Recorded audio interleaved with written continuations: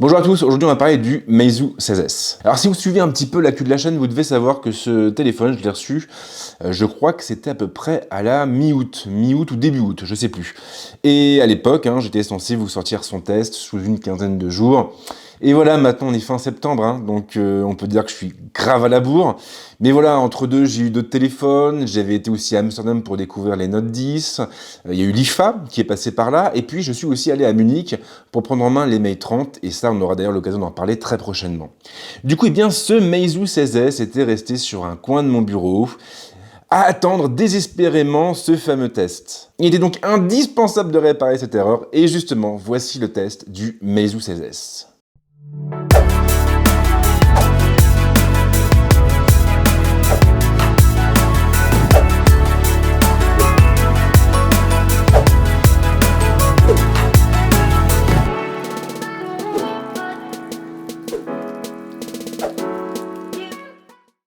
Alors, je vais pas vous faire tout l'historique de la marque, mais il faut savoir que Meizu, à la base, se focalisait principalement sur les marchés asiatiques. Et puis, il y a quelques années de cela, Meizu s'est dit, tiens, pourquoi ne pas se lancer à la conquête de l'Europe? Mais voilà, ça n'a pas super bien marché, et du coup, en février 2018, Meizu France a fermé, et le constructeur a rapatrié toute sa division directement en Asie. Et puis cet été, un distributeur local s'est dit tiens, pourquoi ne pas faire un revival de la marque et essayer de relancer Meizu en France. Et justement, c'est ce distributeur que j'ai contacté pour pouvoir tester le 16S. Un Meizu 16S qui se positionne donc sur le haut de gamme, qui est le nouveau flagship de la marque et qui est surtout le premier appareil Meizu recommercialisé en France. Et le moment est donc venu de vous présenter le test de ce téléphone.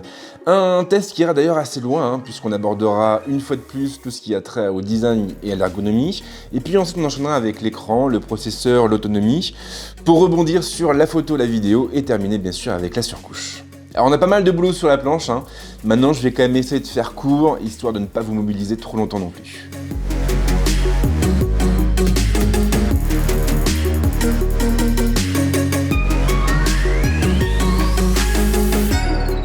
Et on attaque donc avec le design et l'ergonomie du Meizu 16S. Alors, dans les grandes lignes, le Meizu 16S reprend le form factor de tous les appareils haut de gamme du marché, pas de grosses surprises, on a du verre, on a une armature en métal, les finitions sont jolies, et l'appareil est franchement très agréable en main grâce à un poids extrêmement léger.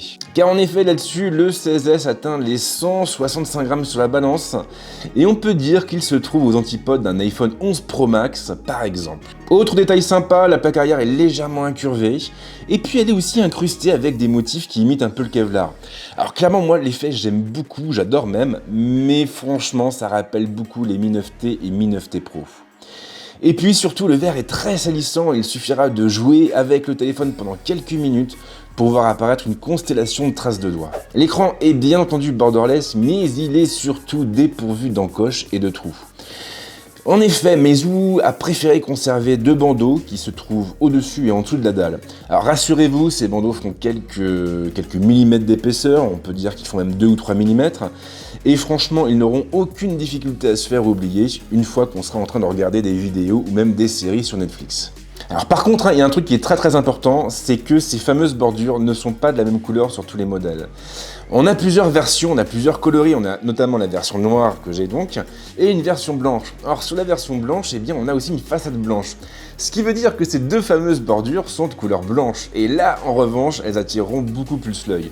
Du coup, si vous voulez un téléphone un peu passe-partout, avec un écran dont les bordures se font oublier, il vaudra mieux vous diriger vers le modèle noir. Sinon, l'ergonomie est plutôt conventionnelle, Meizu n'a pas cherché à faire dans l'originalité. Les 3 boutons physiques sont tous placés sur la même tranche, on les retrouve à droite. Et de haut en bas, on aura les 2 boutons du volume et le bouton de mise sous tension.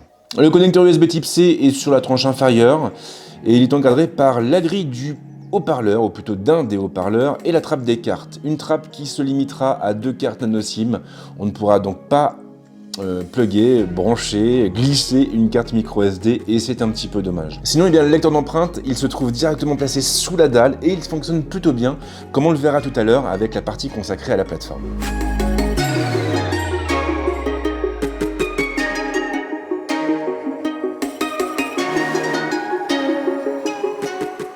Alors bien sûr, le look c'est super, c'est magnifique, ça ne fait pas tout. Vous aimez aussi les specs, ces bonnes vieilles caractéristiques techniques. Et justement, le moment est venu d'aborder ce point et de nous focaliser sur l'écran, le processeur, la batterie et le modem du Meizu 16S. Alors l'écran, pour commencer, il atteint les 6,2 pouces de diagonale. Oui, c'est très précis. Et au final, ça rend l'appareil assez maniable. Alors on est d'accord, le pouce ne pourra pas couvrir toute la surface d'affichage. Mais voilà, on pourra quand même l'utiliser, ce téléphone, d'une seule main sans craindre d'éventuelles chutes. Alors bien sûr, Meizu a eu le bon sens d'opter pour une dalle Super AMOLED. Voilà, on est sur un flagship, on ne pouvait pas se contenter d'une dalle LCD, c'est une évidence. Et cette dalle, même si elle n'est pas la plus lumineuse du marché, elle s'en sort assez bien avec de beaux contrastes et des couleurs qui sont assez vives, mais que l'on pourra personnaliser en se rendant dans les options de la plateforme. Là, on trouvera 4 profils de couleurs différents. On aura l'adaptif, le standard, le mode photo et le mode dynamique. Alors le mode adaptif, il est assez intéressant parce qu'au final, c'est un mode variable qui va activer l'un ou l'autre des 3 autres modes en fonction de l'usage que vous faites de votre téléphone. Genre, vous êtes en train de mater un film ou une série, et vous allez basculer vers un mode d'affichage adapté à cet usage, et vice versa bien sûr dans les jeux. Il faut d'ailleurs noter que ce mode ne se limite pas à la couleur, en réalité il va également nous permettre de modifier le piqué, la netteté et les contrastes pour voir l'image qui colle le mieux à l'usage que nous faisons du téléphone. Super AMOLED oblige, le Meizu 16S excellera dans un usage multimédia. Si vous regardez des films ou des séries sur votre téléphone et si vous vous inquiétez, clairement, soyez rassurés car cette dalle est un vrai régal pour les yeux. Surtout que l'image, elle n'est pas coupée, que ce soit par une encoche ou un trou. Et ça, vraiment, c'est pas négligeable par les temps qui courent. Du côté du processeur, Meizu est parti sur un Snapdragon 855. Et oui, c'est vrai, c'est pas la version plus. Maintenant, la puce est quand même très puissante, très capable, et puis surtout, elle est combinée à 8 Go de mémoire vive. Du coup, elle suffira à tous les usages et elle nous permettra même d'affronter sereinement l'avenir et les futures mises à jour d'Android. Si vous aimez les benches, ce qui n'est pas du tout mon cas, alors sachez qu'Antutu lui a accordé quand même 350 000 points, ce qui est plutôt confortable. Du coup, le Meizu 16S offre une puissance de calcul très confortable et vous pourrez jouer à tous les gros titres du Play Store avec tous les détails à fond, histoire de vous en mettre plein les yeux. Conséquence directe, si vous êtes du genre gamer mobile, le Meizu 16S saura vous faire honneur. D'autant que la chauffe est maîtrisée, j'ai été assez surpris, mais après avoir fait quelques parties de PUBG Mobile, j'ai constaté que le téléphone ne chauffait quasiment pas. Alors pour la batterie, là le constructeur est parti sur une capacité de 3600 mAh. Alors clairement, c'est pas énorme du tout. Maintenant, faut reconnaître que la plateforme est bien optimisée et moi franchement j'arrive à faire tenir le 16S toute une journée sans trop de difficultés. Et en faisant attention, on pourrait même aller un petit peu plus loin et atteindre la journée et demie. Alors après, vous savez que l'autonomie d'un téléphone, ça dépend de l'usage, chacun a son propre usage. Si vous faites beaucoup de jeux par exemple, votre téléphone tiendra moins longtemps que si vous faites que du multimédia ou que des réseaux sociaux. Et c'est pour cette raison que j'ai fait tourner PCMark sur le téléphone pendant 2 ou 3 nuits, histoire d'avoir une moyenne et puis surtout histoire de voir un petit peu ce que proposait l'appareil de ce côté-là. Et du coup, j'ai eu l'agréable surprise de constater que le Meizu 16S tenait, avec le bench consacré à l'autonomie, pas moins de 13h10, ce qui est vraiment très très bien. À titre de comparaison, sur le Note 10, on a une autonomie moyenne avec PCMark qui se trouve entre 10 et 11 heures sur le modèle Plus. Donc là, malgré cette petite batterie de 3600 mAh, on a quand même un téléphone qui tient bien à charge et qui pourra durer longtemps. Alors sinon pour le modem, j'ai aussi fait tourner un bench et là j'ai fait appel à NPerf en me basant sur une de mes SIM, qui est une SIM Soch, et depuis la région parisienne, l'endroit où je vis.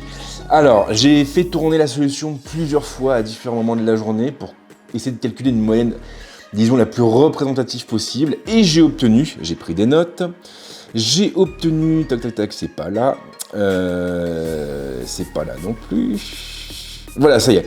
Le Meizu 16S a atteint les 92 mégabits par seconde en réception et les 44 mégabits par seconde en émission, avec une latence de 31 millisecondes.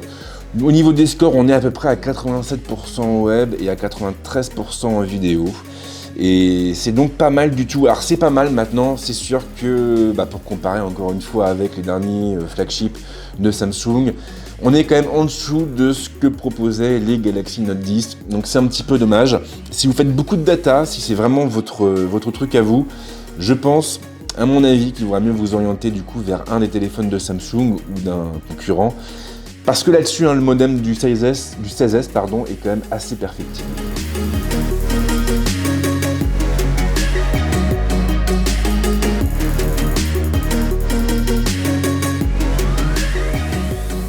Alors niveau design, c'est pas mal, le Meizu 16S a du charme. Au niveau de la fiche technique, on est plutôt bien. Alors c'est vrai qu'on est un petit peu déçu, enfin que je suis un petit peu déçu par le modem, mais dans l'ensemble on a quand même un très bel écran, un beau processeur et puis surtout une très belle autonomie. Mais la question que vous vous posez, c'est sans doute de savoir ce que vaut le téléphone sur le terrain de la photo, de la vidéo et du son, et justement le moment est venu d'en parler. À l'arrière, le Meizu 16S laisse apparaître un module double et qui est composé donc d'un capteur principal de 48 millions de pixels. Ce capteur il est couronné d'un grand angle qui ouvre à 1.7, c'est pas mal, on est sur une optique assez lumineuse, avec un second capteur qui atteint cette fois une définition de 20 millions de pixels et qui est accompagné, en théorie, d'une optique proposant un zoom 2 fois. Alors pourquoi en théorie? Parce que concrètement, dans les faits, c'est un petit peu plus compliqué, mais ça on en reparlera un peu plus loin. De jour, le Meizu 16S est franchement efficace. Alors on est d'accord, il ne pourra pas rivaliser avec un iPhone 11 Pro ou un Pixel 3, mais il sera tout de même en mesure de prendre de belles photos, avec un piqué plus que correct et un contraste assez marqué. La colorimétrie est franchement convenable. Alors c'est pas inoubliable non plus, mais on est quand même sur des couleurs qui sont plutôt naturelles. La mise au point de son côté est relativement rapide et elle tombe juste dans la plupart des cas. J'ai pas noté d'effet de pompage, j'ai pas noté non plus d'erreur de mise au point, donc là-dessus je pense qu'on est pas mal. Mais voilà, lorsque la lumière baisse, lorsque la nuit arrive, le Meizu 16S voit clairement ses performances s'écrouler. Les clichés sont moins nets, moins précis, et puis on a des artefacts qui commencent à apparaître dans les ombres, du bruit donc qui a tendance à se répandre à travers l'image, et bien sûr plus la lumière baissera et plus la dégradation sera importante. Et ce sera encore pire si vous avez le malheur de basculer sur le second capteur. En effet, la faible ouverture de l'optique ne permettra pas de compenser le manque de lumière. Conséquence directe, le téléphone montera à fond dans les ISO, et là bien sûr ça bruitera à tout va. Alors donc sur le papier, le Meizu 16S est censé proposer un zoom 2 fois, mais comme je vous l'ai dit, c'est un petit peu plus compliqué dans les faits.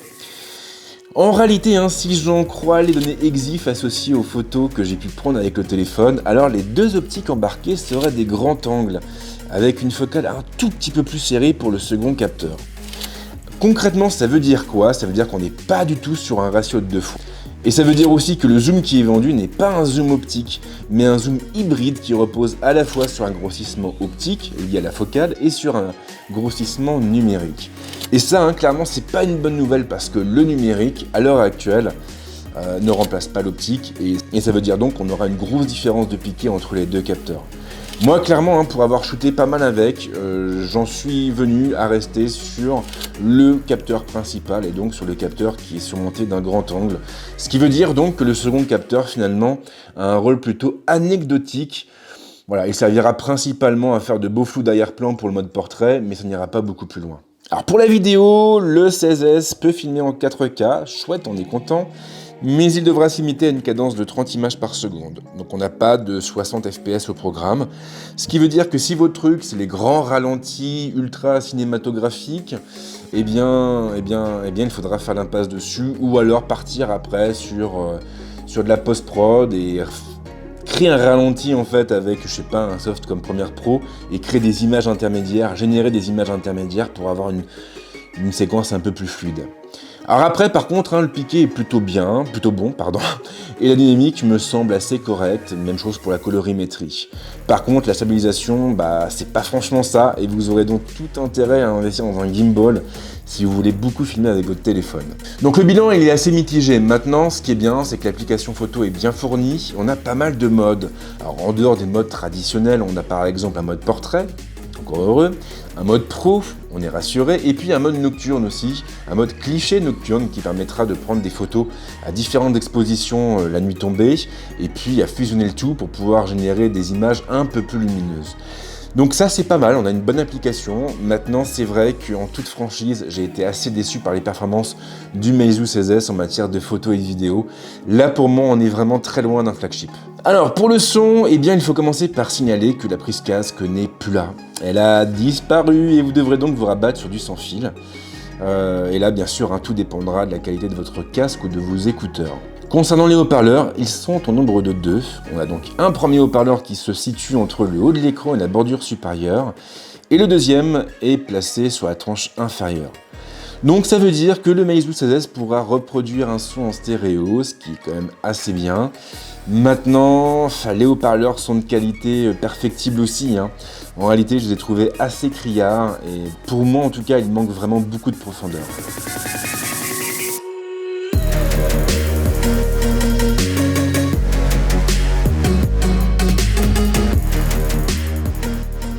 Alors vous le savez peut-être si vous avez vu ma prise en main, mais le Meizu 16S est le tout premier téléphone de la marque que je teste, et ça veut dire aussi que j'ai donc découvert sa plateforme FlameOS, une plateforme que j'avais vraiment très envie de tester, et qui ne m'a pas déçu, sans pour autant me convaincre complètement.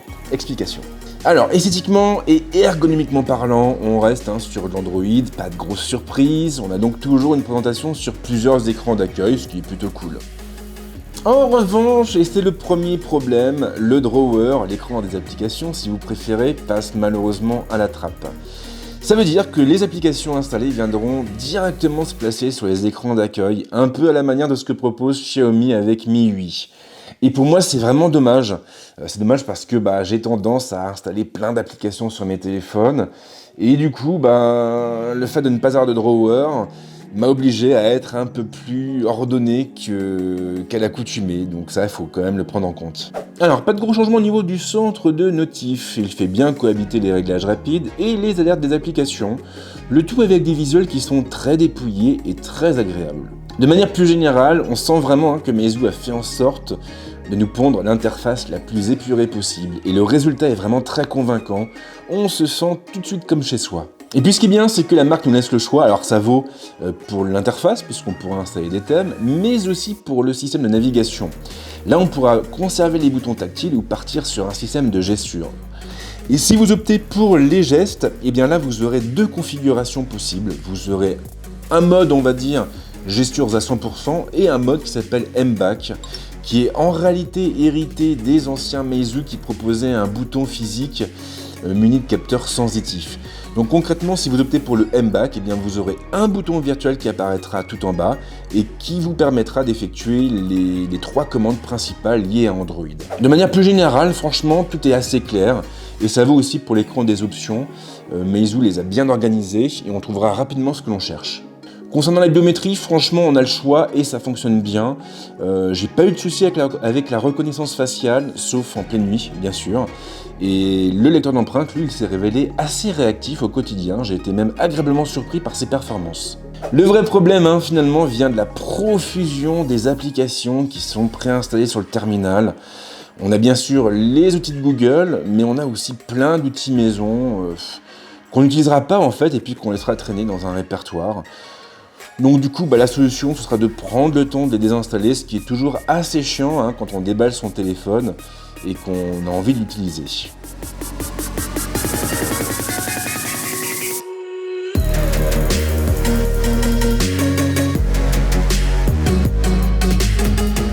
Alors, la conclusion, qu'est-ce que je peux dire du Meizu 16S ? Alors, il y a du bon et du moins bon, très clairement. Moi, j'ai beaucoup aimé le design, j'ai beaucoup aimé aussi l'écran borderless qui n'est pas coupé par une encoche ou par un trou. Au niveau du processeur d'autonomie, rien à dire. Franchement, c'est efficace. On a une puce qui est puissante, on a aussi une autonomie qui nous permettra d'atteindre une journée, voire une journée et demie sans trop de difficultés.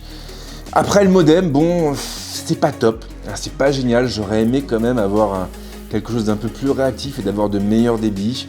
Voilà, aujourd'hui, on fait de plus en plus appel aux services en ligne, on fait de plus en plus appel au streaming. Et là, clairement, avec ces débits-là, ça pénalise un tout petit peu quand même. Voilà, je trouve que sur un flagship, on était en droit d'attendre quelque chose d'un peu plus efficace. Mais pour moi, le gros défaut du Meizu 16S, c'est clairement la partie photo et vidéo. Voilà. Là, je dirais qu'on n'est pas du tout au niveau. On n'est pas au niveau d'un Galaxy Note 10, bien sûr, on n'est pas au niveau d'un iPhone 11 Pro, on n'est même pas au niveau d'un Pixel 3 et encore moins d'un Pixel 3a, puisque les 2 modèles partagent quasiment le même module arrière. Donc au final, on est en présence d'un flagship qui offre une puissance de calcul très confortable, mais qui ne pourra pas prendre de belles photos et de belles vidéos. En tout cas, pas autant qu'un Pixel 3 qui proposait à un prix un peu moins élevé et qui se positionne pour sa part sur le milieu de gamme, ce qui est finalement assez ironique. Donc là, vraiment, je dirais que si vous recherchez un téléphone pour faire de la photo et de la vidéo, le Meizu 16S n'est absolument pas le terminal qu'il vous faut.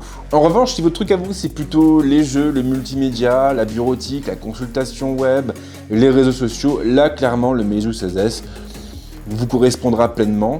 En plus, ce qui est bien, c'est que vraiment, on est sur un gabarit qui est ultra maniable. On peut le piloter d'une seule main sans la moindre difficulté, du coup, qu'on soit en RER, dans le métro, on pourra vraiment tirer pleinement parti de sa fiche technique, et ça, c'est quand même plutôt bien. Concernant la plateforme, ok, FlymeOS est vraiment pas mal, j'avoue, j'étais plutôt surpris par les visuels dépouillés. Moi, je trouve que c'est plutôt astucieux, parce que ça rend la plateforme extrêmement accessible. Maintenant, il manque quand même des fonctions qui font la différence. Il manque aussi 2-3 trucs comme le drawer.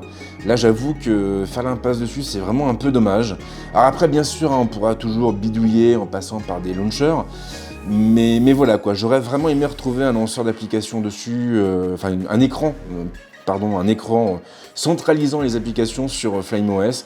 Pour moi, ça manque pas mal, surtout que derrière, on a vraiment beaucoup d'applications maison. On en a même trop, j'ai envie de dire. Voilà, pourquoi proposer aujourd'hui encore son navigateur, son client mail, son logiciel de montage vidéo, alors qu'on a sur le Play Store des centaines d'applications qui fonctionnent très bien, qui sont développées par des éditeurs spécialisés. Et voilà, je trouve que c'est vraiment une perte de temps, une perte d'argent, une perte de moyens que de chercher encore à développer des applications maison alors qu'on a énormément de choix en ligne aujourd'hui. Là, j'arrive pas à comprendre à quel jeu jouent les constructeurs, pour moi, c'est vraiment pas pertinent. Voilà, j'ai m'arrêter là. Encore une fois, je vous présente mes excuses pour le retard de ce test. Et je vous rassure, c'est vraiment pas le seul retard que j'ai. Là, en ce moment, c'est un peu la folie. J'ai une tonne de téléphones qui sont arrivés. J'en ai d'autres qui vont arriver aussi. La plupart d'entre eux, je peux même pas vous en parler parce que j'ai signé des clauses qui font que je peux pas en parler avant une date et une heure précise, mais il y a beaucoup de choses qui arrivent sur la chaîne. Je crois que je ne manque vraiment pas de contenu. Ce qui me manque finalement, c'est le temps pour réaliser les vidéos. Là, j'avoue que par moment, c'est vraiment très difficile d'arriver à sortir 2 vidéos par semaine, ce qui explique du coup mes multiples retards. En tout cas, moi, je vous souhaite de passer une bonne semaine ou un bon week-end, et on se retrouve très vite avec d'autres vidéos. Ciao!